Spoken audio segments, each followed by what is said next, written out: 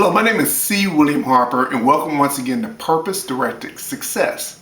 I want to talk to you about a successful home-based business meeting. Okay? And those are the ones that you have at your home. I'm going to start this out by saying, hated them. Absolutely hated them. But you know what? They were successful, and they're a great way to build your home-based business, especially if you have an MLM.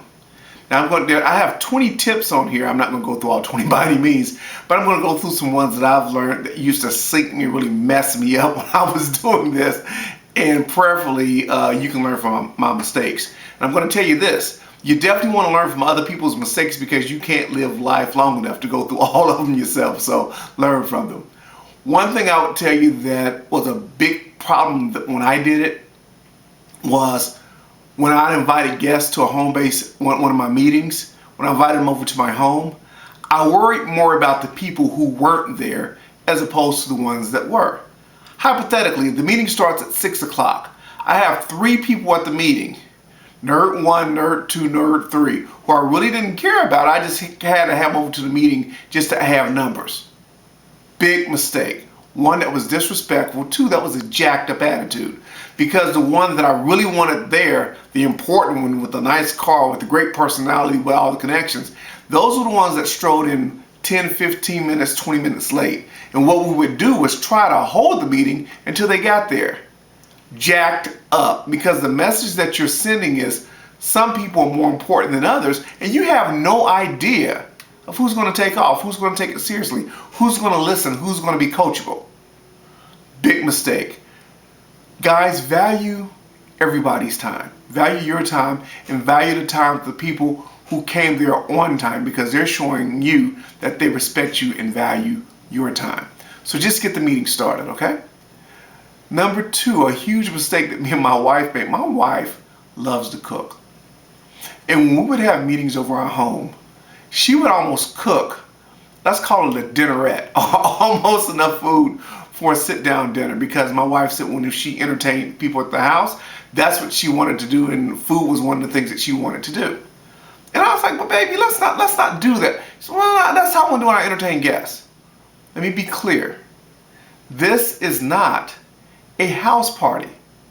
This is not a cool meeting of friends and all that. This is a business meeting. Now, here's the message that you send when you do that. The people that you have there, they're going to want to duplicate what we've done. Maybe they can't cook.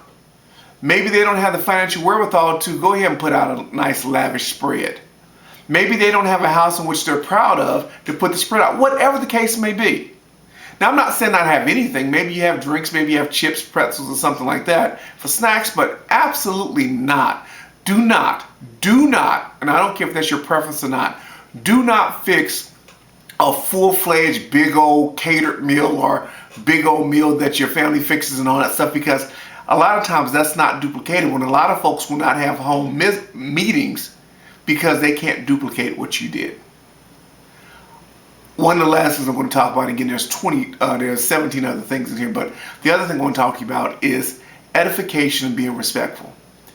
Guys, you need to respect each other at this meeting.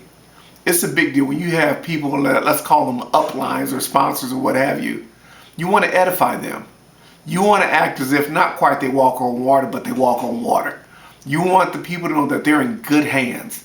You want the people to know that there's a plan. We're not just here just all hully-gully, just out, let's just show up. You want them to know that you have an infrastructure. You want to let them know that you have a plan. There's a strategy to what it is that you're doing. And when they see that they're coming into a situation that is structured and organized, they will probably more likely want to get involved in a situation where they see organization, where they see some levels of prosperity, and definitely where they see a plan. Well, those are 3 that I'm going to give you right now. Those are your freebies. If you want more than that, please go ahead and take a look and read the entire post. Prayerfully, it's enjoyable for you. Come on back to cwilliamharper.com to see some other stuff that we have for you. It's amazing. But until then, may God love you real good and be blessed. Goodbye.